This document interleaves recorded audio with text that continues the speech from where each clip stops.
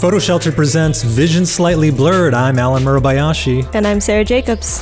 It doesn't matter what side of the aisle you're on, Sarah. You can't deny that in Washington right now, there is just stuff going on every single day. And one of the things that came out recently was an image of Nancy Pelosi in a meeting with Donald Trump that a lot of people have put into the category of accidental renaissance. And there's this thing, I guess, on social media when an image looks like it might have been a painting coming out of the Renaissance. And this particular image fell into that category.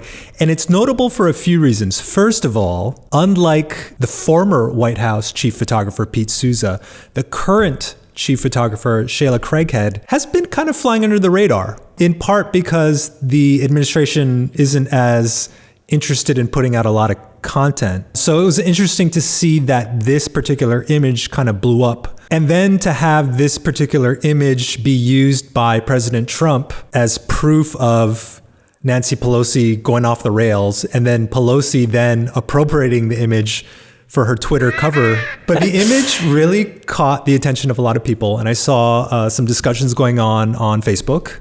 And we also came across an article in Vogue where they interviewed 4 art experts about this image. Let's describe the image, because there's a lot happening in it. If you haven't seen the image, you can go to the official White House Flickr account. Right. And download, because it's in the public domain, a 3,000 by 2,000 image. The fact that this image is in the public domain is just like chef's kiss. Like I don't understand why they published it. Well, I think they thought it was maybe either telling a story, a pro-Trump story, or maybe they thought it was innocuous, or who knows? Yeah. So in this particular image, it is a bunch of people sitting around a long oval conference table. Republicans on the right of the frame, Democrats on the left of the frame. Trump is kind of prominently in there. I see a couple other cabinet members there.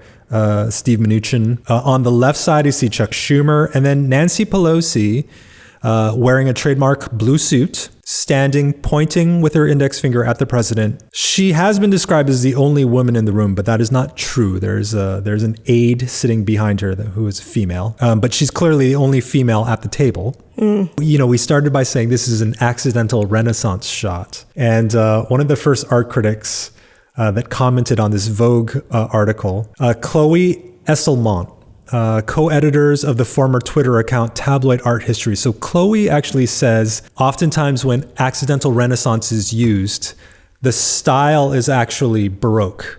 So I said, I don't actually know the difference. Yeah, me either. So the Baroque style is to have this action-filled image, and you have a lot of dynamic movement, and maybe the horizon is kind of tilted, and it's a decisive moment in that respect, with a lot of energy. This particular image by Sheila Craighead, level horizon, a moment in time, but more of like a quiet moment in time, not energy-filled, not in the middle of a emotion.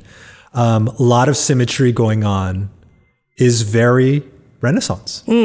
Marianne Soray says the composition has a lot of stillness, very common in 18th century historical paintings. Angela Mack, who's the chief curator of the Gibbs Museum of Art in Charleston, South Carolina, said kind of reminds her of The Last Supper, kind of reminds her of Norman Rockwell's Thanksgiving picture. Yeah, I really liked the point that Angela made about the table. I mean, obviously that's a prominent thing within the photograph, but she said most table scenes in art history are viewed as opportunities for people to get together and to understand one another. But the Pelosi and Trump photo really represents a very different concept. On a Facebook group run by Flake Photo, an artist named Leslie Tucker said, "This reminds me of a neoclassical painting.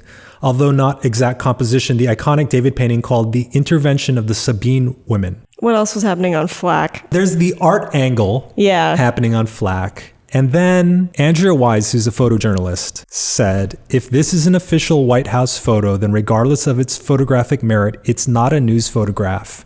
It's propaganda. The source of the photo matters." Another photographer in this group chimed in, if it's propaganda for you, what agenda is the photograph pushing and who is pushing it? Aren't photographs that document public figures in history inevitably presenting their personal politics?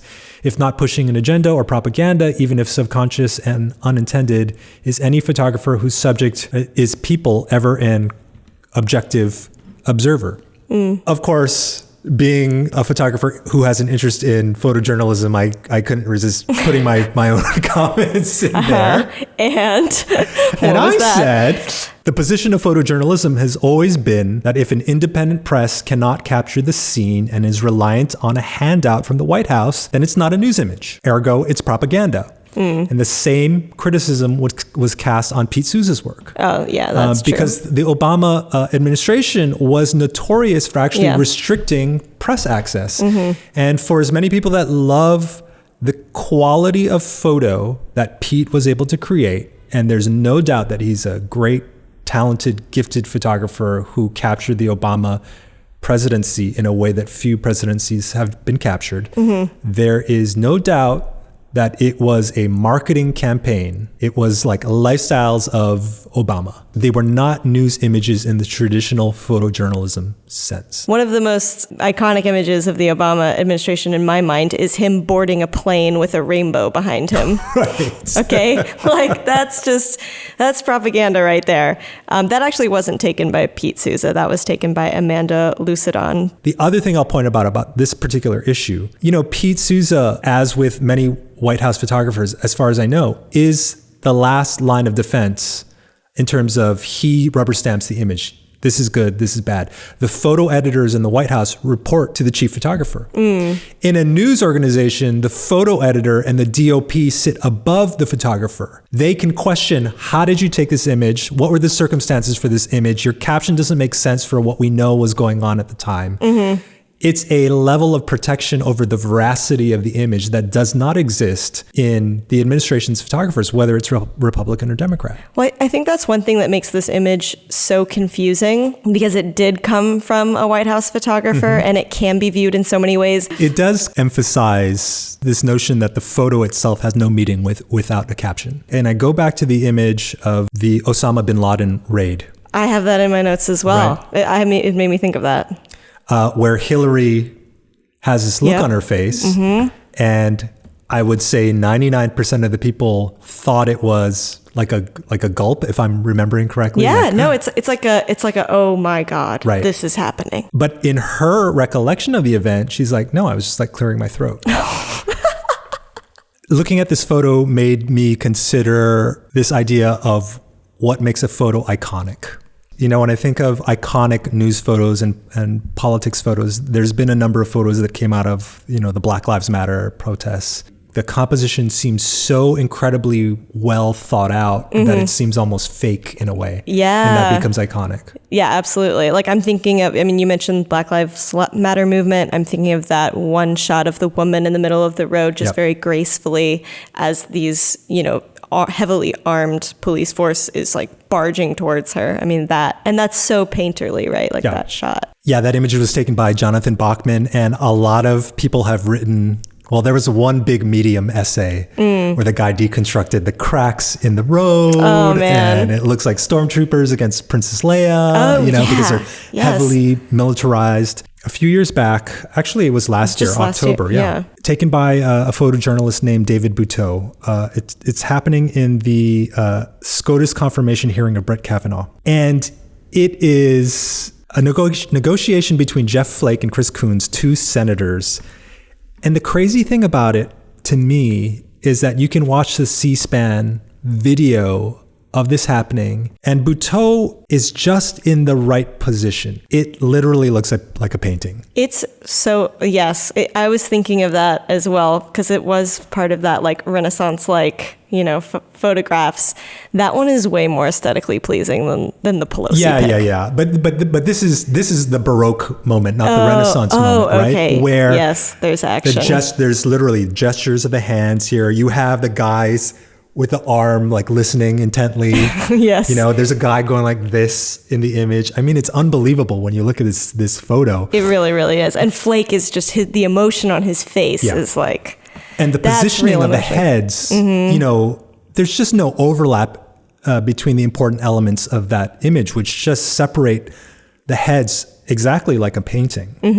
And that to me is a remarkable thing. Even, you know, you could say, well, the Craighead image isn't that compelling, and maybe Pelosi was there pointing for a minute, but maybe that was one gesture and that was it. Yeah. Or maybe Trump turned away, or maybe somebody else at the table turned away and they weren't in that same position. Yeah, she got it right as they were locking eyes. And like, that is the most important part of the picture. Yeah. Man, I love accidental Renaissance. I know. Or accidental Baroque, whatever the case may be. Yeah, especially when it involves politics. Like, there's just something about that where you're just like, hell yeah. Photojournalists, keep doing your thing, because we're loving these incredibly well-composed images that happen in a blink of an eye, and somehow you guys are capturing it.